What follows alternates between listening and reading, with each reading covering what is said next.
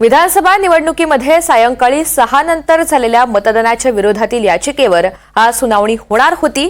मात्र ही याचिका कोर्टासमोर आज घेतली जाणार नसल्यामुळे या संदर्भात वकील संदेश मोरे हे लवकरात लवकर ही याचिका सुनावणीसाठी घेण्यात यावी यासाठी उच्च न्यायालयासमोर मागणी करणार आहेत। जर त्यांची मागणी मान्य झाली तर लगेचच या याचिकेवर सुनावणी होईल किंवा येत्या काही दिवसांमध्ये सुनावणी पार पडेल। या सगळ्या संदर्भात अधिकची माहिती देण्यासाठी आपल्यासोबत भाग्यश्री प्रधान आहेत। भाग्यश्री, वकील संदेश मोरे हे लवकरात लवकर ही याचिका सुनावणीसाठी घेण्यात यावी यासाठी आता प्रयत्न करत आहेत। त्यांचा नेमका या सगळ्या संदर्भात भूमिका काय आहे, आक्षेप काय आहे आणि तसं जर त्यांची मागणी मान्य झाली तर नेमकं पुढचं चित्र कसं असेल? नक्कीच ऋतुजा, संदेश मोरे हे वकील जे आहेत त्यांनी विधानसभा निवडणुकीत संध्याकाळी जे 6 नंतर मतदान झालेलं आहे त्याच्यावर मुळात आक्षेप नोंदवलेला होता।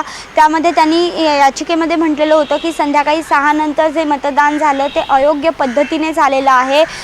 कोणत्याही नियमामध्ये हे 6 नंतरचं मतदान बसत नाही अशा पद्धतीचं जे म्हणणं आहे ते त्यांनी या याचिकेतून मांडलेलं आहे। आणि या याचिकेला आज खरं तर तारीख मिळालेली होती, तसं सर्क्युलेशनवर तशी तारीख देण्यात आलेली होती। मात्र याचिका आज लिस्ट झालेली नाही आहे, आज ते मॅटर जे आहे ते लागलेलं नाही आहे सुनावणीसाठी। त्यामुळे आज हे सुनावणी याचिकाची खटला जो आहे तो आज चालवावा यासाठी संदेश मोरे जे आहेत ते प्रयत्न करताना पाहायला मिळतात।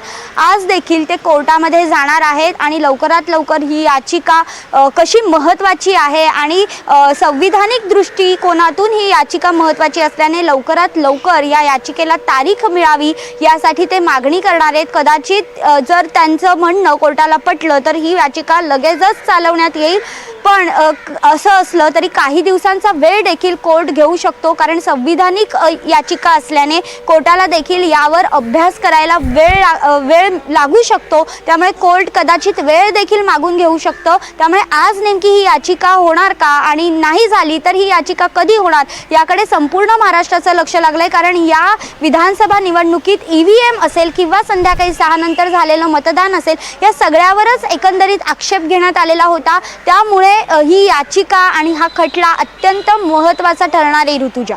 निश्चितच, आणि त्यामुळे त्यांच्या मागणीचा कशा पद्धतीने विचार केला जातो आणि पुढच्या सुनावणीची तारीख नेमकी कशी दिली जाते हे पाहणं महत्त्वाचं ठरेल। धन्यवाद सविस्तर माहितीसाठी।